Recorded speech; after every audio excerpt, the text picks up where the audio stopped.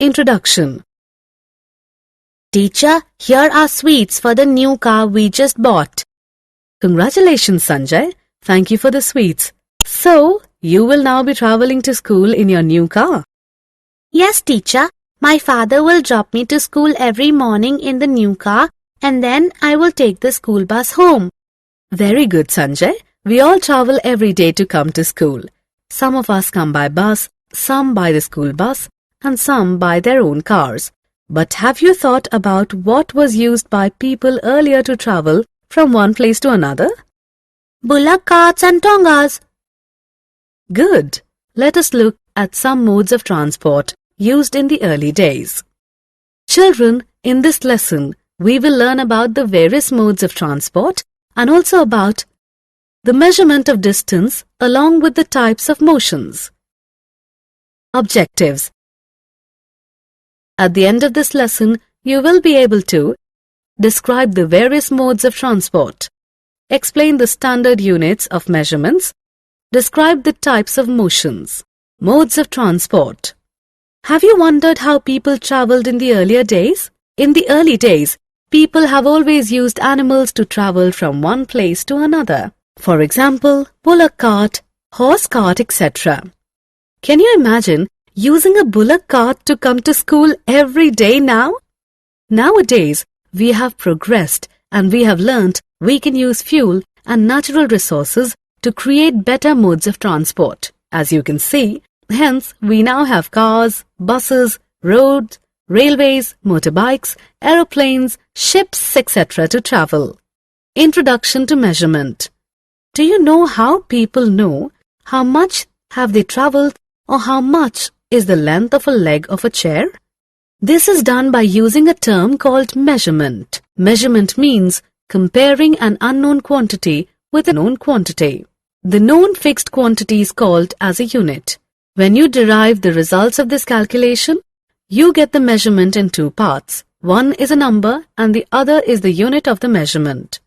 You can also calculate the distance of one place to another. For example, the distance from school to your house.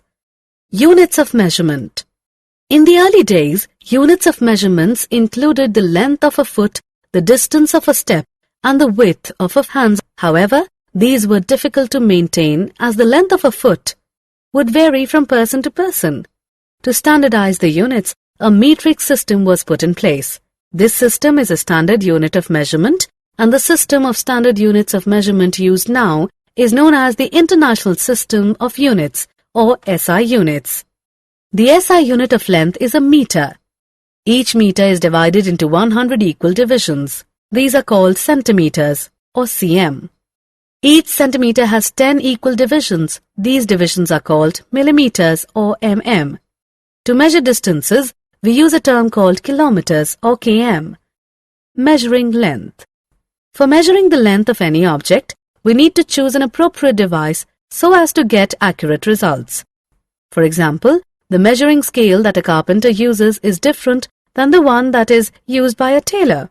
If these are interchanged, you can imagine the amount of confusion it will cause. Measuring length of curved line. To measure a curved line, the standard measuring tape will not be enough. You will have to use a different mechanism to arrive at the correct length of the curved line. To measure, you will use a thread along the line of the curve. You will use the thread from one end of the curved line to the other end by stretching the thread along the line. After you're done, straighten the thread and measure its length. You will know the length of the curved line accurately. Moving objects. You will notice that there are objects that move when you apply force or are moving on their own. For example, you will see honey bees flying from one flower to another. So also, you will notice that the blades of a fan move when electricity is applied. This is known as motion. It is defined as a change in the position of an object with time. Types of motions. As you know, motion is the change in position of an object with time. The change in its position can be determined through distance measurements. Let us look at the types of motions. Rectilinear motion. It is the type of motion in which objects move along a straight line. For example, march. March past of soldiers in a parade. Circular motion. It is the motion of an object that keeps a constant distance from a point. For example, hands of a clock. Periodic motion. It is the type of motion in which the object repeats its motion after some time. For example, motion of a child on a swing. Summary.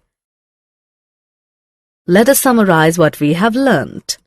The modern modes of transport used. Measurement means comparing an unknown quantity with a known quantity. The known fixed quantity is called as a unit. In the early days, units of measurements included the length of a foot, the width of a hand, and the distance of a step. The system of standard units of measurement used now is known as the International System of Units or SI units. For measuring the length of any object, we need to choose an appropriate device so as to get accurate results.